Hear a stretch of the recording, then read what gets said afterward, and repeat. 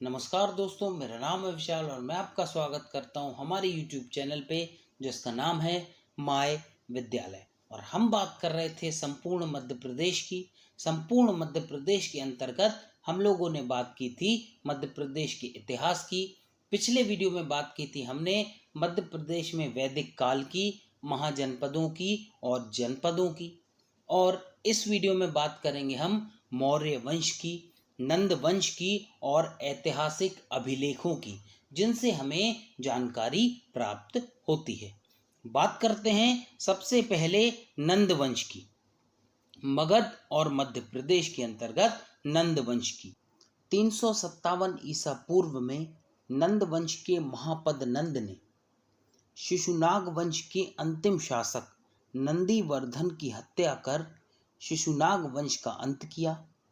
अवंती समेत विशाल मगध साम्राज्य पर अपना अधिकार स्थापित कर लिया। इसी काल के एक अन्य नागवंश मालवा में शासन कर रहे थे।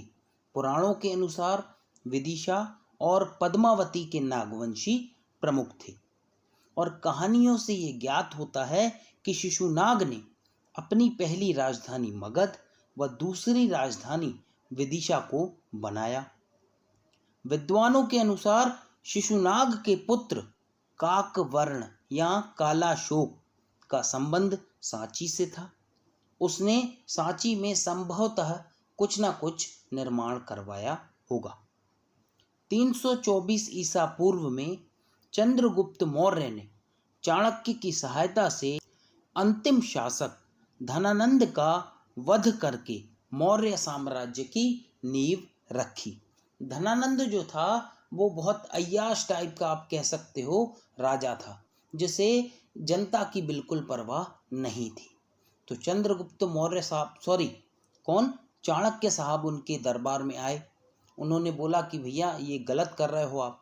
तो इन्होंने क्या किया, चाणक्य का अपमान कर दिया। तो चाणक्य ने अपनी शिखा जो थी वो खोल दी। बोले अब मैं ये शिखा तब बांधूंगा जब धनानंद को उसके राज्य से हटा दूंगा या उसकी मृत्यु करवा दूंगा। तो 324 ईसा पूर्व में चंद्रगुप्त मौर्य ने चाणक्य की सहायता से नंद वंश के अंतिम शासक धनानंद का वध करके मौर्य साम्राज्य की नींव रखी। चंद्रगुप्त मौर्य चक्रवर्ती राजा हुआ। विशाल मौर्य साम्राज्य के अंतर्गत मध्य प्रदेश का क्षेत्र शामिल था। चंद्रगुप्त मौर्य के राज्य में सौराष्ट्र, मालवा व अवंती भी शामिल थे। चंद्रगुप्त मौर्य के बाद उसका पुत्र बिंदुसार शासक बना। दीप वंश के अनुसार बिंदुसार के शासनकाल में ही अशोक को उज्जैनी का गवर्नर, राज्यपाल, प्रांतपाल जिसे उस समय बोला जाता था, नियुक्त किया गया।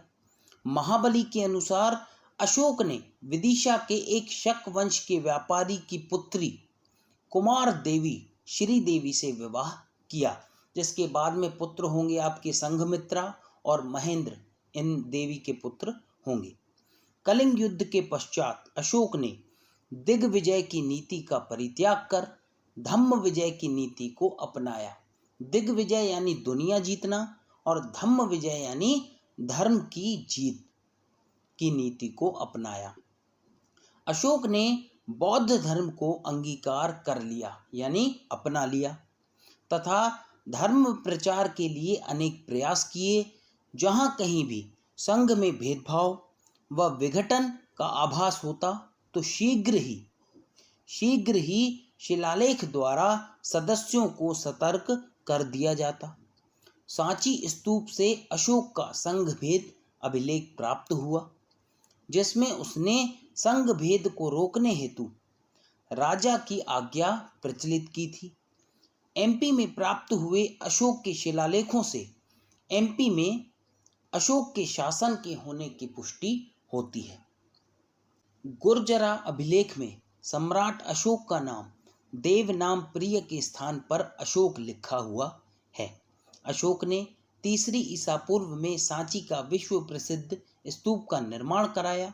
मौर्य काल से गुप्त काल तक सांची को काकनाद बाट के नाम से जाना जाता रहा। ये क्वेश्चन अक्सर एग्जाम्स में पूछ लिया जाता है। अशोक ने उज्जैन में महादेवी के लिए वैश्य टेकरी विशाल स्तूप का निर्माण कराया। कुमार देवी के पुत्र महेंद्र, पुत्री संघमित्रा एवं 4 लोग विदिशा, उज्जैन व माहिष्मती के मार्ग से होते हुए तमिल देश यानी श्रीलंका बौद्ध धर्म के प्रचार के लिए गए। अशोक की मृत्यु के पश्चात कुणाल संप्रति, मतलब पहले कुणाल फिर संप्रति अवंती के मौर्य शासक हुए। और थोड़ी सी जानकारी ये भी है कि अशोक ने उज्जैनी में 11 साल तक शासन किया। बिंदुसार के बाद अशोक शासक बना। अशोक ने उज्जैनी की राजकुमारी कुमार देवी से विवाह किया, जिसके पुत्र महेंद्र व पुत्री संघमित्रा हुए। अशोक ने देवकुठार, उज्जैनी, विदिशा के समीप सांची व सतधारा में विशाल स्तूप का निर्माण। बात करते हैं मौर्यकालीन अभिलेख की, जो कि अशोक के द्वारा बनवाए गए थे।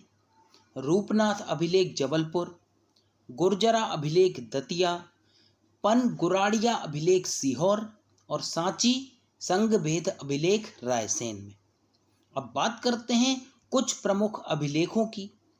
मौर्यकालीन अभिलेख अशोक के समय 3 पाषाण लेख रूपनाथ जबलपुर, गुर्जरा दतिया, पानगुराड़िया सीहोर से मिले हैं और एक सांची में है। कौन सा? संघभेद। सातवाहन का अभिलेख एमपी के सांची से प्राप्त हुआ। बात करते हैं इंडो ग्रीक अभिलेख की। विदिशा में एंतियाकोस का राजदूत हेलियोडोरस के द्वारा बनवाया गया एक गरुड़ स्तंभ। अब बात करते हैं छक क्षत्रपों का अभिलेख। छक क्षत्रपों का मध्य प्रदेश में होने का विवरण प्रदेश में उज्जैन और मालवा के कई स्थानों से मिले सिक्कों से स्पष्ट हुआ है। कुषाणकालीन अभिलेख एमपी में वाशिष्क का सांची से और दूसरा जबलपुर में भेड़ाघाट से मिला है। अब बात करते हैं गुप्त की। ऐरण से मिले अभिलेख से ज्ञात होता है कि समुद्रगुप्त ने अपने विजय अभियान के अंतर्गत ऐरण पर अधिकार कर लिया था। उदयगिरी की पहाड़ियों में प्राप्त चंद्रगुप्त द्वितीय के संधि विग्रहक वीरसेन का अभिलेख महत्वपूर्ण लिखित साक्ष्य है। गुप्तकाल का एक अभिलेख सांची से भी प्राप्त हुआ है। अब बात करते हैं अगले की। कुमारगुप्त का शिलालेख तुमैन अशोकनगर में मिला है, जिस पर तुम्बवन के शासक घटोत्कच का उल्लेख है। उदयगिरी का शिलालेख कुमारगुप्त प्रथम के शासनकाल का है। वाकाटक, सिवनी, दुड़िया, तिरौड़ी, इंदौर, पट्टन और बालाघाट से मिले वाकाटक प्रवरसेन के ताम्रपात्र संकेत देते हैं कि उसके राज्य का विस्तार एमपी के कई भागों में। बात करते हैं हूण की। ऐरण से मिले तोरमण के शासन के प्रथम वर्ष के वराह प्रतिमा अभिलेख यह पता चलता है, मतलब उससे पता चलता है कि हूण मध्य भारत में बहुत अंदर तक प्रवेश कर गए थे और सागर पहुंच गए थे। मिहिर कुल के शासनकाल में 15वें वर्ष ग्वालियर अभिलेख एमपी में हूण की उपस्थिति को दर्शाता है। बात करते हैं औलिकर वंश की। मंदसौर, राजगढ़, मुरैना जिला एवं सीतामऊ से प्राप्त इस वंश के 12 अभिलेखों से यह संकेत मिलता है कि प्रारंभिक औलिकर शासन गुप्तों के सामंत थे।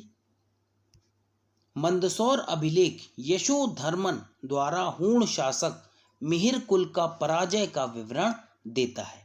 परिवारजक महाराज बुंदेलखंड पर शासन कर रहे परिवारजक गुप्तों के सामंत थे। इस वंश का पहला अभिलेख खोह से पाया गया है।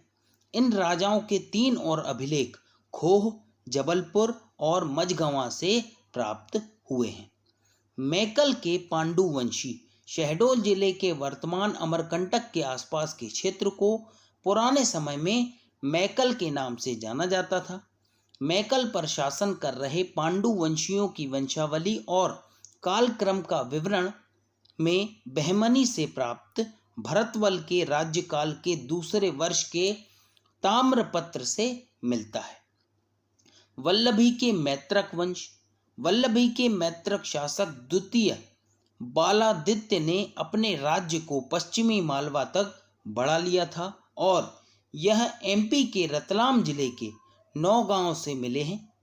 उसके शासनकाल के 2 अभिलेख से प्रमाणित होता है। बात करते हैं आज के आखिरी शैल वंश की। 8वीं शताब्दी के दौरान शैल आधुनिक महाकौशल के पश्चिमी भाग पर शासन कर रहे थे।